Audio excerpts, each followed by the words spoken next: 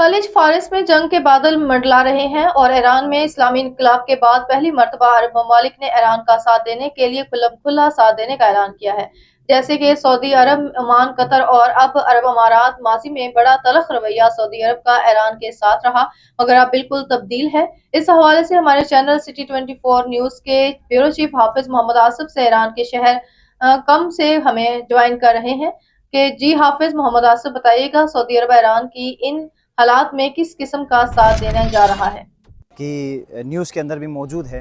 کہ سعودی عرب نے بھی یہ اعلان کیا ہے کہ ہم جو ہے ایران کا ساتھ دیں گے۔ ساتھ دینے سے مراد یہ جنگی یا فوجی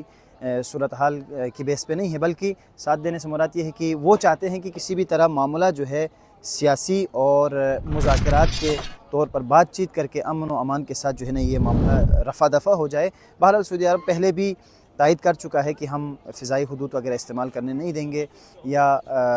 جنگ کی طرف ہم جو ہے نا نہیں جانا چاہیں گے، بلکہ ان آپسی ممالک یہ جو دو ممالک ہے ایران اور اس طرح جو چل رہا ہے امریکہ اسرائیل کے درمیان، یہ جو معاملات چل رہے ہیں یہ جنگ کے اس پہ روپ میں نہ ہو بلکہ معاملات مذاکرات سے طے ہوں۔ اور جس طرح ایران کے صدر پزشکیان اور سعودی عرب کے ولی عہد انہوں نے بھی ٹیلی فونک رابطہ بھی کیا ہے، آپس میں گفتگو بھی ہوئی ہے کہ آپس میں گفتگو کرنے کے بعد انہوں نے یہی کہا ملک کی سالمیت کے لیے، استحکام کے لیے، اقتصادی استحکام کے لیے، باقی چیزوں کے لیے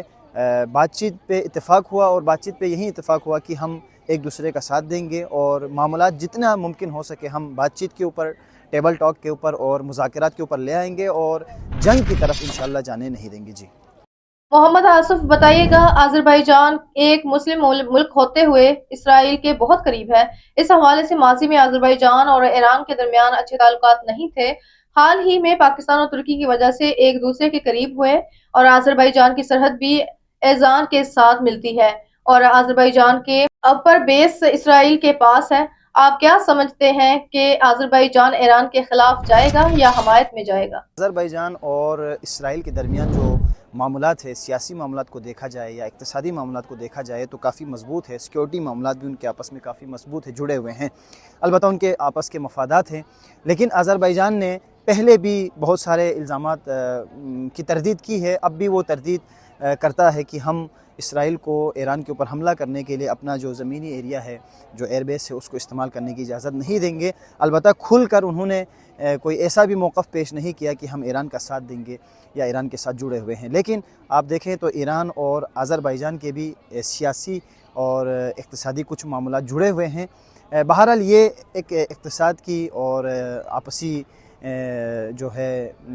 فوائد کی ایک جنگ ہے۔ بہرحال ہم یہی امید کرتے ہیں کہ اس بار بھی آذربائیجان ان الزامات کی تردید کرے گا کہ وہ امریکہ کو یا اسرائیل کو اپنا جو ایئر بیس ہے وہ اجازت نہیں دے گا استعمال کرنے کی کہ وہ ایران کے خلاف استعمال ہو کسی بھی فوجی یا عسکری کارروائی کے لیے۔ ہم یہ انشاءاللہ امید کرتے ہیں، باقی اللہ بہتر جانتا ہے کہ وہ کب اس کی تردید کریں گے اور کب جو ہے ان کا موقف کھل کے سامنے آئے گا کہ ہم آیا اسرائیل کو استعمال کرنے کی اجازت دیں گے اپنی سرزمین یا اپنا ایئر بیس استعمال کرنے کی اجازت نہیں دیں گے۔ جی بہت شکریہ محمد آصف ہمیں تفصیلات سے آگاہ کرنے کا۔